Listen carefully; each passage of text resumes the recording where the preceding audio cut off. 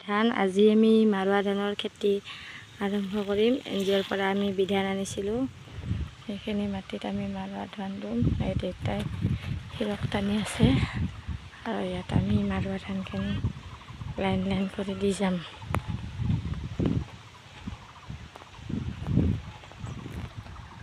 এয়া কুমৰ নিচিনাকৈ গুটিখিনি দিব লাগে, দি যাম আৰু এয়া এনেকৈ দিম।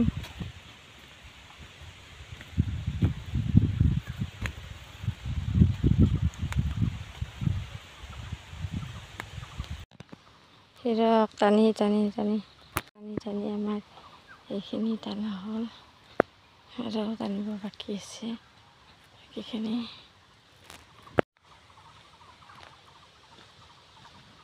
শিৰ টানি আছে এজনে আৰু আনজনে মাৰুৱা ধানৰ গুটিবোৰ দি আছে।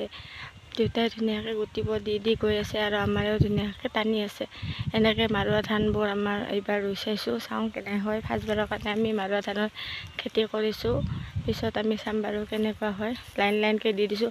আচলমতে কিছুমানে কঠীয়া যাই কিনে পলি পলিকৈ ৰুৱে, কিন্তু আমি যাই কিনে ৰোৱা নাই, কাৰণ এতিয়া সময় নাই। আমি আলু ৰোৱা মাটিতে মাৰুৱা ধান ৰুই দিছোঁ, সময় খুব কম এতিয়া। তাৰপিছত আৰু কঠীয়া পাৰিব লাগিব, সেইকাৰণে এনেকৈ আমি মাৰুৱা ধানবোৰ ৰুই দিছোঁ।